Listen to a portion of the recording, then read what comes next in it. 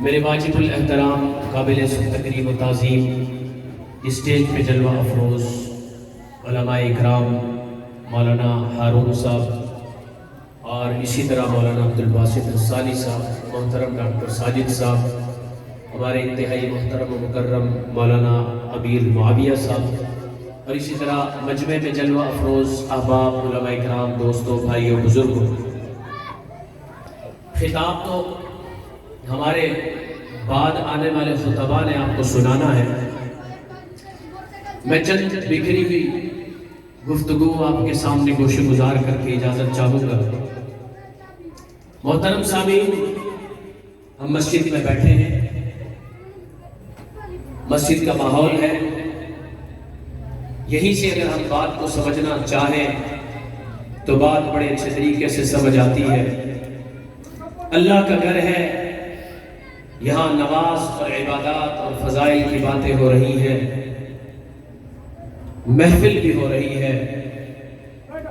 قرآن و سنت کی فضا بھی بلند ہو رہی ہے۔ اور کسی اور مسجد میں کبھی محفل بھی چل رہی ہوتی ہے، اور محفل کے دوران ہی کسی دائیں بائیں کونے میں اعتکاف کرنے والا اعتکاف بھی کر رہا ہوتا ہے۔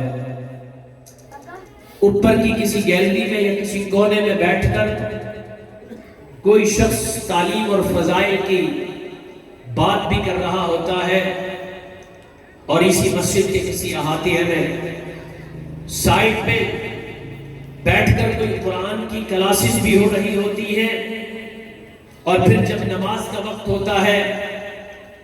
بڑی جامع مسجد ہوتی ہے، یا جمعہ کا وقت ہوتا ہے، یا عید کی نماز کا وقت ہوتا ہے، یا کسی محفل میں لوگ آتے ہیں، ایک نہیں دو نہیں ہزاروں کی تعداد ہوتی ہے۔ میرے محترم، یہ اعتکاف کرنے والا اعتکاف کر رہا، قرآن کی تلاوت کرنے والے ننھے معصوم بچے کسی گوشے میں بیٹھ کر قرآن کی تلاوت کر رہے ہیں، اور کوئی شخص محفل کو گرما رہا، کوئی شخص فضائل اعمال کی تعلیم کر رہا، اور امام مسجد ہزاروں لوگوں کو نماز پڑھا رہا۔ یہ سب لوگ بڑے امن کے ساتھ، بڑے سکون کے ساتھ ان تمام عبادات کو مکمل کر رہے ہوتے ہیں، لیکن اس کے ساتھ، ان نماز پڑھنے والوں کے ساتھ، اعتکاف کرنے والوں کے ساتھ، اس پورے حلقے کے ساتھ ایک بالکل دنیا دار سا آدمی وردی پہن کر باہر کھڑا ہوتا ہے۔ اعتکاف کرنے والا بھی یہ سمجھتا ہے کہ میں تو دین کا کام کر رہا ہوں، باہر دھوپ اور سردی میں کھڑا آدمی وہ تو ایک سپاہی ہے، یہ کون سی دین کی خدمت ہے؟ ایک قرآن کی تلاوت کرنے والا بھی